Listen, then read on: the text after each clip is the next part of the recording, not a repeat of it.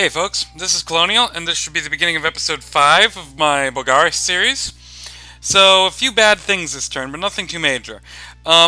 Basically, you know how I spend all the rest of my money on this, uh, what's it called, Master Druid, mercenary? I thought he was, a Nature 2. Turns out, this stupid guy is a Nature 1. Now, Nature 1 is the worst kind of mage in the game. I don't know why anyone would get this stupid guy, but I got him and I spent 200 gold on him. So he's gonna dick around site searching with Nature 1, walking and searching. It's the best use I can make of him. But that was a shame. It also means, now I've always had 100, 200 gold left over after every turn, and it turns out that that's a good idea. Because this turn I did not get a luck event, and I do not really have enough money. In fact, you notice how I have 1 gold here? All the rest of my money's gone into my mage recruitment, and I have just barely been able to afford stuff. I'm getting cheap-ass mages. I'm not getting a starette. Instead, I'm grabbing an eparch. What is it? A holy 3. Cap only. And I was kind of needing another, so it's not the end of the world to be grabbing one. Actually, it might be kind of good. In fact, having 1 turn like this is not a bad thing, because it'll be nice to have some cheapy-ass mages kicking around. I'm getting 2 calendologists, 2 occultists, and a master of names, and that's all my money. But I've been, like right now, for example, I'm casting a spell with a master of names. I'd much rather be using a calendologist, which is what I'm getting. Next turn, I will have a nice smattering of cheap mages kicking around in my labs, which won't be bad. What I really hope, though, is that I get a luck event next turn, because if I have to do this again next turn, it won't be very good. In terms of the war, I conquered this province, no sweat, but it didn't have any magic sites. This guy is supposed to have one of the best, I think the best gem income in the game. Second best. But I've conquered a lot of his provinces. I've only found 1 gem. So that's kind of annoying. He's run out with these knights, going on a little runaround. Alright, so the knights aren't actually stopping my plan. My plan is to move there with them, leave a token force guarding the castle, and then I think I will send them back to the castle, hopefully kill his castle army, which I'd really like to kill. In terms of the knights, kind of perfect timing actually, because next turn this army comes online. So the knights next turn move there, this army appears. Next turn the knights move there, and this army moves there. So I'm guessing, and he's probably not expecting this army, so I would be surprised if I didn't sneak up on the knights like that. So that's pretty good. The other thing that's going on this turn is that I've been doing a bit of diplomacy. I have been talking to Mr. Pangea over here. And Pangea, if you remember, is at war with my neighbor Tianji. And Tianji is really starting to get the upper hand. But what I'm afraid of is as soon as Tianji devours Pangea, he's going to turn on me. In fact, I'm pretty sure that I'll be his next target. So it's definitely in my interest to keep Pangea alive, keep that war going, and keep Tianji pinned so he doesn't come after me, basically. So in that vein, I'm going to be sending another one of these spy annoying things into Tianji's lands, and I'm actually going to drop it on his capital. And I'm hoping that I'll surprise him and lock down his capital. The other thing is Pangea agreed to give me 20 nature gems, which is a big help, because you know these sirens here. I actually have read on the forums that when you give one of these sirens a cat's charm, they become a very powerful seducer who can take out most mages. So what I'm going to do is I'm going to contact 2 sirens, give them 2 cat's charms, and go into Tianji's territory and start sniping his mages. This will help Pangea in his war, and it'll also end me up with some nice new mages. Tianji is using as his main battle mage a Earth 2, Death 1, Random 1, who'll be a big help. I now have 1 Earth 2 because I empowered, but Earth 2s is something that I definitely lack. It would be nice to get a handful of them through Seduction. So this is very much a win-win for me and Pangea, because I wind up with the mages, he winds up without said mages, hitting him on the head. I think it's very nice. And even, hopefully, when that's done, I can have these cat's charms and hand-me-down, and I can start picking off other people's mages as well. Yeah, a lot of people have interesting mages. Satis has very interesting mages, I think. Um, of course, I bet Zabulba has some pretty good ones as well. So we'll see how that goes. But that's more or less it this turn. No battles. Still, our two Doomstacks, this is right here, have not collided. Yeah, I wish the war were a bit faster. But there you go. I'm grabbing a couple of winged boots as well, but I might trade them away to Pangaea. We'll see how it goes. Oh yeah, one of the problems with my money lack is that it's going to take me one extra turn to get my Blood Hunters online. What I might do, though, is send these two down, and then, because I'm going to have some occultists who can forge sanguine dowsing rods. So those two will go there, probably next turn, and then hopefully next turn I will be able to recruit a fivefold angel as well. And then the turn afterwards, I'll get my full brace of blood hunters, and then I can start worrying about the next blood hunter batch, which I think I will send to this, even though it's a castle. And then I'll lay off the blood hunters for a bit, probably, unless if I get some nice new juicy targets up here and the war goes well enough. So that's it. The war is still painfully slow. Oh yeah, you might have noticed, I got a funny event. Let's read it. A young farmer has returned from an unexpected adventure. Venturing into the mountains in search of his lost sheep, he stumbled upon a cave. When a dragon appeared from its maw, the young man said his final prayers. Strangely, the beast halted in its steps. More drakes appeared, and now follow the farmer as sheep follow a shepherd. So here is a peasant with terrible stats, leadership 10, but he began leading 13 drakes. So if I remove the drakes from his leadership, they would refuse to follow him. But since they're already following him, it's all good. So these guys cost a lot of gems to summon, but they're not really worth the gems. But for free, I won't say no. Basically, they are flamethrowers, flame cannons type of thing. The downside is they're cold-blooded, and I'm in a very cold land. But hopefully, they'll still be pretty effective. So they fire a mini dragon's breath. But with 13 of them, the other big problem is they're undisciplined, so that's going to be hard. You can't put them in a sparse line in the front, for example. But I'm sure I'll get some use out of these guys. So they're marching forward to join the army. So that's kind of fun.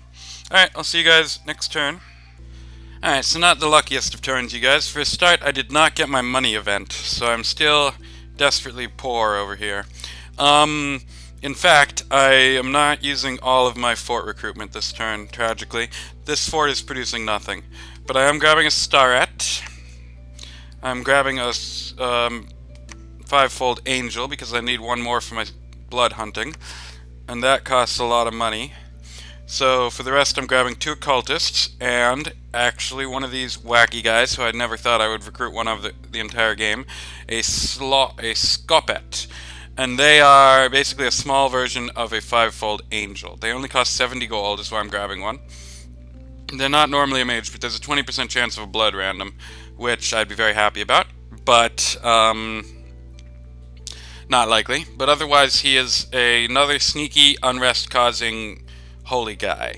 And basically what I will use him for, and more of them if I still don't get any money next turn, I will use them as mini versions of this unrest-causing thing. So one of these guys causes like 18 unrest. If I just grab one batch of them and a mini sloppet, then I can be causing like 8 unrest or 5 unrest or something. And I'll have them dick around, maybe not even on castles, maybe just in the hinterland, causing him a bit of economic hardship. So that's what I'm doing. And yeah, I really wish I had enough money to recruit all my mages. Next turn I will, because I won't need to recruit anything at my capital, because the starette will still be coming out. So, hopefully I'll be able to afford all the mages I can. Alright, the war with Marignon. The other problem this turn is that my little cheeky knight brigade got gacked. He moved out his main army, jumped me, crushed me. I guess I should have known that when I was sitting here, the obvious move would have been to move there, so he's moved out. I lost my knights, which is kind of a tragedy, but I now have 2 armies coming online, so it's alright. His knights have fallen back here. He was trying to hide them behind some Blackhawks, but of course I saw them. I'm guessing this army will be pulling back to there, Possibly moving up to the capital, though. We'll have to see. He might also attack with it, which would hopefully mean I can crush it. These two armies combined give me a 16-man communion, so at some point I'll combine them and go for the capital, probably, because that's 8 Thunderstrikes a turn. I don't think he has anything that can deal with that, but for now it's still 2 armies with 4 Thunderstrikes each. So yeah, we'll have to see how that goes. The other thing is I'm bringing out a new threat. I'm using Koshai the Deathless, actually. Now, he's immortal, and he has Death 3. In terms of research, last turn I grabbed Evocation 5. I'm beginning my march up to Evocation 6, but it's going to take a while, so I'm going to do some other things in the meantime. This turn I'm grabbing Conjuration 4, and Conjuration 4 goes with Koshai the Deathless there. Have you guessed why? The answer is Summon Lamashtas. Lamashtas are a nuclear option. You cast it twice, you grab 4 Lamashtas, they fly around the battlefield and kill everything, yours and his. So it's not a good idea if you have anything on the table that you could lose, but if you have only an immortal, who will fly back to your capital when he dies anyway, it's a very good spell. And basically, I'm moving out Koshai the Deathless with enough gems to cast it, and my dominion spreads to there. So if he decides to push into my dominion, I will hopefully be able to drop Koshai on his head and destroy anything that dares to threaten my white candles. So that gives me a bit of wiggle room to use my armies more aggressively because my lands are defended by some Lamashtas. So that's more or less how this battle. I think I'm doing pretty well. I have conquered quite a bit of his lands. Most of the lands in between me and him where there aren't castles are mine. And I'm hoping I can squeeze him out. But it's going to take a while. I guess it'll take a long time to be able to actually threaten his army. But yeah, that's more or less it with the Marignan War. I wish I still had my knights, but what are you going to do? That was a bit foolish on my part. In terms of my spy war over here against Tianji, it's quite interesting, actually. I got my first Siren online this turn, and what's his name? Pangea has actually sent me 20 more nature gems. Now, of course, I should have expected this. Pangea has buckets of nature gems. If I gave him a vector whereby he could use his nature gems to help him win his war, he's going to use a lot of nature gems. He sent me 40. I have no use of 40. I could maybe use 30. But yeah, I'm out of pearls, so I can't grab any more sirens. I'm grabbing one this turn, but then I won't be grabbing one next turn. I will grab one more catch charm to have sitting around the labs, but then I might use the last 10 nature gems for my own purposes. Or I might grab 2 more catch charms, we'll see. But I was doing quite a bit of playtesting about this seduction situation, and it turns out Tianji has 2 different kinds of mages, or 2 different classes of mages. He has, all his mages have magic resistance of 15, but he has some with morale of 15 and some with morale of 10. Now, a magic resistance 15, morale 15 is enough to completely neuter my seduction opportunities.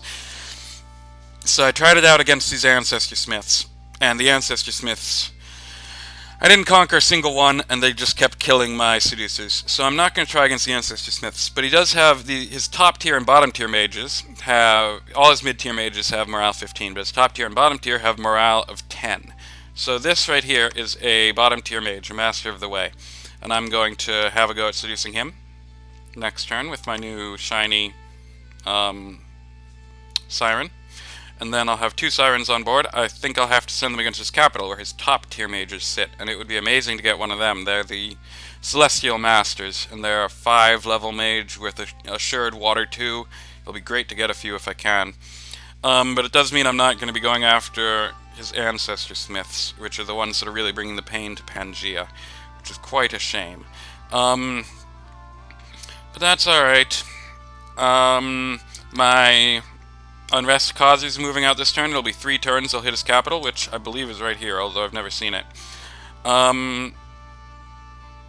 Yeah, so I'm hoping to have quite a bit of utility there. I'm also grabbing 2 Medallions of Vengeance. I'm going to give them to the Sirens. Now, this is because when I was testing it against the Ancestor Smiths, they kept losing. They kept getting into a fight with the Ancestor Smiths and dying. So I figure if I give them a Medallion of Vengeance, where they explode when they die, at least they won't just die straight out. They'll die and trade themselves for a mage, which is better than dying. But still, I'm hoping to avoid it. Ideally, the Medallions of Vengeance will never be used in this context, but they do have quite a bit of hand-me-down utility, which I will show you if I do end up getting to hand them down. That's kind of interesting. This army's moving out. That's more or less it this turn. My blood's coming online. Oh yeah, this turn I'm grabbing Conjuration 4. Next turn I'm going to grab Blood 2. The reason for that is Bind Bone Fiends, in which I get 5 chaffs for 3 blood slaves. And the good thing about they're nowhere near as good as a Peshti, but they do not cost any upkeep. So I'm hoping I can switch out my human linebackers with demon linebackers, and that'll be a big help to my upkeep, which, as you know, is ridiculous, which is why I can't recruit enough mages. So my next army to roll out is going to have demons instead of Peshtis, which means that its armor is going to be a bit weaker, actually, even though it doesn't take upkeep. It's higher quality, but it's weaker. It'll be easier to beat up on. But at the same time, I'm going to be hopefully rolling out Evocation 6, which will mean my guns are much stronger, even though my armor's weaker. So hopefully it'll wind up being a stronger army, and much more efficient upkeep-wise. So that's more or less where I stand, long-term planning, blah blah blah. I will see you guys next turn. Okay, so this turn Marignon is really beginning to turn up the pressure, which is not at all a bad thing, because it means I might be able to finally punch him in the face. The other big deal this turn, 685 gold. So my gold-starved ways are over. One thing I'm going to do is just to skimp a bit on the gold. I'm going to start recruiting these here slow-to-recruit wizards, which per turn are very cheap. So I'm going to have, every turn I'm going to recruit one slow-to-recruit from there or there, and then I'm going to recruit a bunch of other mages. So the other things I'm recruiting this turn, a Master of Names, because it's been a while. An Astropologist, because I don't have any lab Astropologists at the moment, and it'll be really nice to have one. I'm grabbing 2 Alchemists. I'm beginning to build up my Alchemist army. Once I have 8, and once I've cast this here, 8 Alchemists, 8 casts of Bone Fiends, and a cast of Mound King, and that army will be good to go, basically. So that should be coming online pretty soon. Oh, that, and once I get the research. But yeah, I'm beginning to build up that army. These 2 armies I'm going to unite. I'm going to keep them united, and it's going to be extremely punchy. I got to look at quite a bit of his stuff, which is nice. He's split up his army into Hands of Justice over here, and not Hands of Justice over here, which is kind of weird. I'm betting that he is trying to get me to attack him. Actually, I was thinking of moving these 2 armies to there. But now I'm thinking, what if I actually... Because he's, like, probably hoping to get me to attack him there. But with these 2 giant... He didn't know this army was here. With these 2 armies, I would probably be able to take that, even if it's reinforced. But the problem is... No, you know, I'll do it, because I think this army might be able to take that unreinforced. Because it is... if you look at this army here... It's a bunch of non-fate-twisted guys. I mean, if I hit that with 12 Thunderstrikes, there won't be any guys left. So, even though this is a much smaller army, I think it might be able to beat him. So yeah, let's do it. Let's go boom. Boom. I will ignore the knights.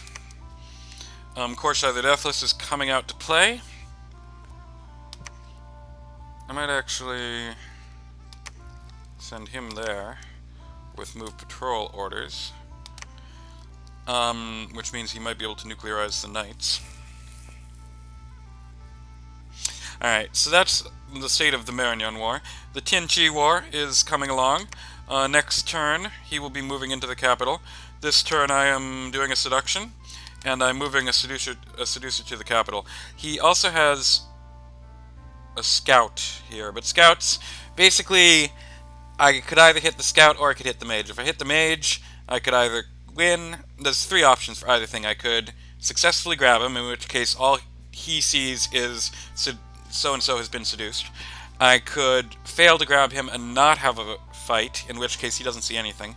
Or I could fail to grab him and have a fight, in which case he sees it's me, because he sees it's a siren. I'm the only guy who can get sirens.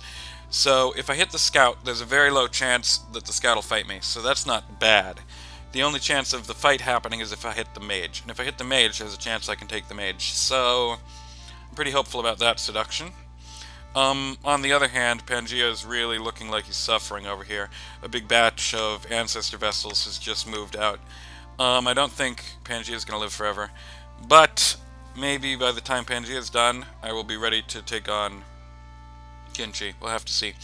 So that's more or less it this turn. See you guys next turn. Alright, so this is quite a busy turn. I'm not going to fit it all into 5 minutes. So what I think I'll do is show you a battle and then end the episode. I haven't shown you a battle in a while. This one, well, it's not, like, super evenly matched or anything. It's kind of a big deal. So here's how it looks.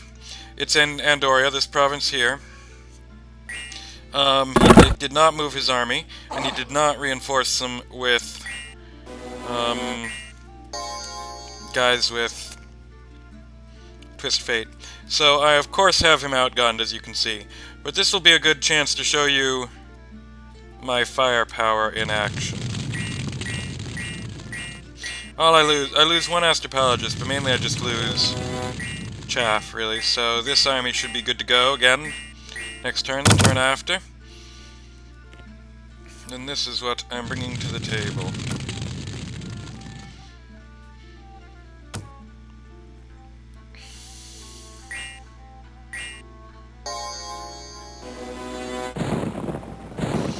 Thunderstrike comes online. Bit of falling fires.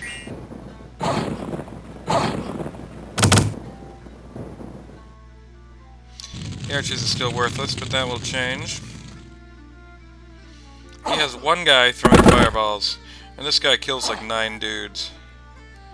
Let's take a look at this fireball thrower, actually. Does he have... He has 2 resistance items. He is rocking shock and cold resistance, and his natural fire resistance. But no, he doesn't. I thought he might have an eye of aiming, because he seems to aim pretty well.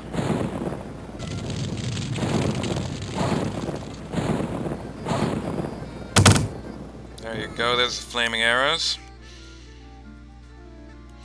These guys always run out in front.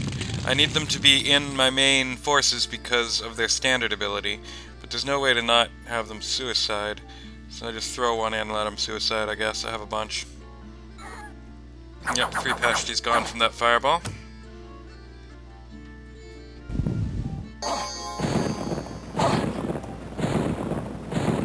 As I get closer, of course, I hit better. Look at that. Okay, so when we finally hit, he's at least half gone. When my passages finally close.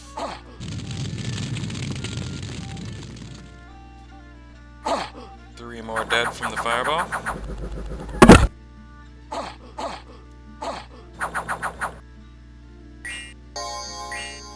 And now my masters are turning into slaves, so that's the end of my scripting. But he is pretty much toast at this stage.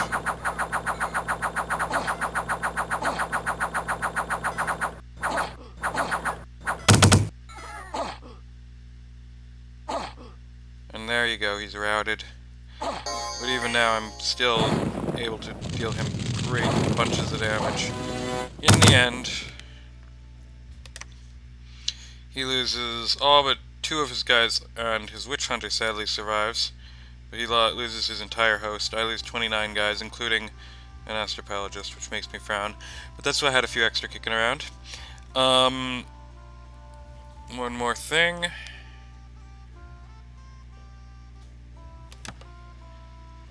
That was definitely a blow to his... Oh no.